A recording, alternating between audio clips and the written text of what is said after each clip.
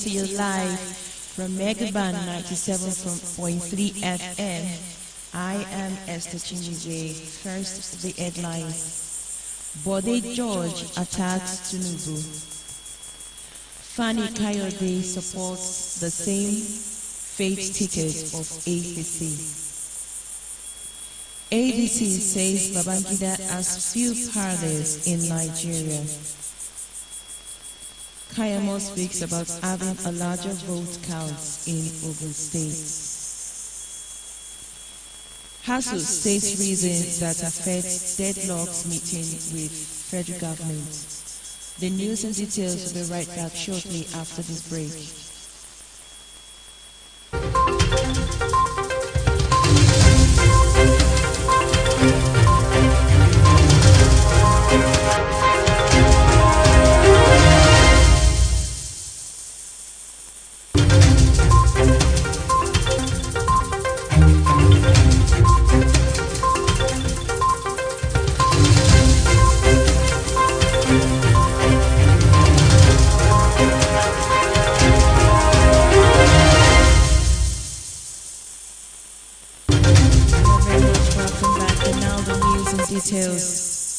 A chieftain of the People's Democratic Party, PDP, Bode George, has described the All Progressives Congress APC presidential candidate Bola Tinubu as a bundle of lies. He said Tinubu did nothing to elevate the pace of residents of Lagos State despite serving as a governor for 2 terms. Speaking with our correspondents, he said that he has no quarrels with Tinubu, but everything he has said about his age and education are not true. He also allegedly accused Tinubu of looting from the Lagos State government through a source. Fani Kayode, a chieftain of the All Progressives Congress APC, has defended the same faith ticket of the party, insisting it is the choice of the presidential candidate Bola Tinubu. The former PDP stalwart admitted that though Christians are against it, but there was nothing wrong with the choice of Tinubu. He claimed that the vice presidential candidate of APC, Kashim Shettima, former Borno State governor, has built more churches in the state than any other governors before him. Femi further opined that it's impossible for a country with 22 Christian governors in South to get Islamites out of the APC whose interest is not in that. The African Democratic Congress, ADC, has joined millions of Nigerians to felicitate with General Ibrahim Badamasi Babangida, retired former military president of Nigeria, on his 81st birthday. Abdulaziz Suleiman, the ADC Global Campaign Director General, stated that General Babangida retired is a passionate believer in the organic links between generations in Nigeria. He said that APC will always remember Babangida as the first Nigerian leader to inspire new political values and will continue to draw inspiration from the life and works of the general for the Nigerian youths to strive in. Following the All Progressives Congress APC presidential candidate Asiwaju Bola Ahmed Tinubu's visit to the ex-president Olusegun Obasanjo, the Minister of State for Labor and Employment, Festus Keyamo, has reacted to the crowd that welcomed Bola Tinubu to Abeokuta, the Ogun State capital.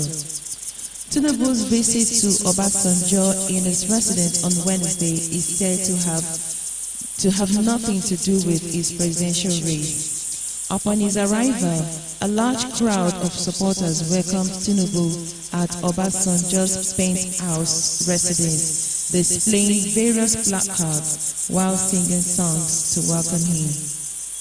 Keyamo reacted to the crowd that welcomed Tinubu, saying that the turnout was an indication of what to expect in 2023.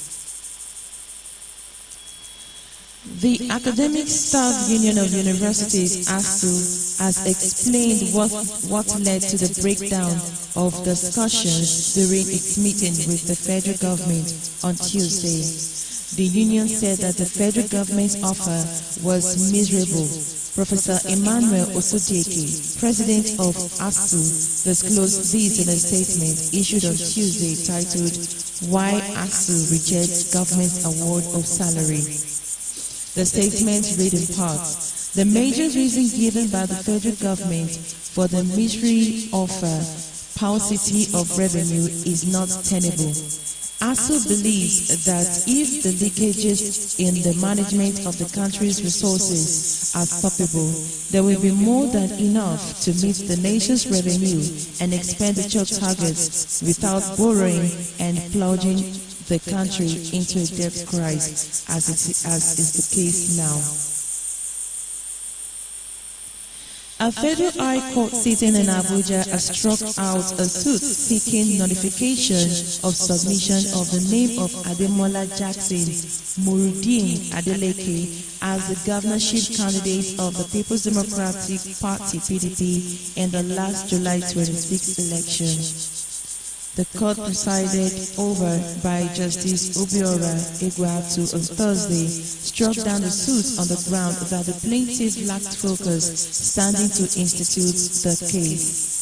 The plaintiff in the suit, Awoyemi Oluwatayo Lukman, had dragged the Independent National Electoral Commission (INEC), the PDP and Adeleke before the court, seeking order to void set aside the submission of Adeleke's name to INEC on grounds of alleged unlawful action. The grounds of the plaintiff was that Adeleke's name was hurriedly submitted by PDP on March 11 as against between March 14 to 18 as contained in the INEC guidelines. The judge held also that the suit was status barred, having been fixed as outside the 14 days stipulated by Section 285 of the 1999 Constitution, that all pre-election suits must be filed within 14 days, whereas the instant suits are filed after 28 days. The indigenous people of Biafra (IPOB) has reacted to claims by Governor Hope Uzodinma of Imo State that he stopped the stay-at-home order in the state. IPOB said Uzodinma could not stop the stay-at-home order because IPOB initiated it. Ima Powerful, the spokesperson of IPOB, said the group cancelled the stay-at-home order on the advice of its leader, Nnamdi Kanu. In a statement he signed, Powerful urged Nigerians to ignore Uzodinma's remark that he stopped the stay-at-home order in the state. According to Powerful, IPOB wishes to remind Hope Uzodinma that he does not have the capacity to stop any stay-at-home order initiated by IPOB. Yes, IPOB started the infamous Monday stay-at-home last year, but subsequently cancelled it, as advised by our leader Mazi Nnamdi Kanu, due to appeals from the elders and traditional rulers of our territory. On our foreign news tonight, President Joe Biden has signed into law a big climate change and healthcare spending bill, giving Democrats another boost ahead of midterm elections in which Republicans are suddenly less certain of their predicted crushing victory. The law, dubbed the Inflation Reduction Act, was touted by the White House as the biggest commitment to mitigating climate change in U.S. history, as well as targeting long-sought changes in the way medicines are priced, while adding fairness to the tax system with a minimum 15% tax for corporations. Under the plan, the government will spend about $370 billion on green energy initiatives, while also allowing the state-run Medicare system to negotiate prices for prescription drugs, a popular measure designed to cut the often ruinous prices Americans are forced to pay. On our sports tonight, the elective Congress of the Nigerian Football Federation (NFF) will hold in Benin City, Edo State on September 30. An election that will usher in a new president and other executive committee members for a 4-year cycle. The decision was reached during the annual General Congress of the NFF in Lagos on Thursday. Incumbent President Amaju Melvin Pinnick was informed by the NFF 44-man Congress that he will not contest the September election.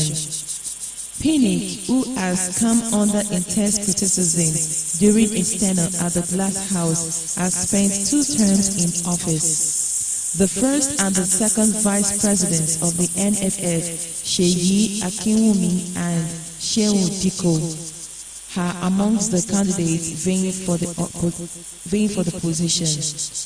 Other notable candidates are ex-internationals Benedict Akwebu and Petrosize Idaho, as well as Ibrahim Gusau and Mainasara Ilo. And that is the news for now. Before we go, let's take a look at the major stories. Bode George attacks Tinubu. Fani Kayode supports the Muslim ticket of ADC. ADC says Babangida has few parallels in Nigeria. Kayamo speaks about having a larger vote count in Ogun State. ASU states reasons that affected deadlocked meeting with federal government. And that will be all for now. Thanks for joining us. I am Esther Chinedu. Do have a wonderful evening.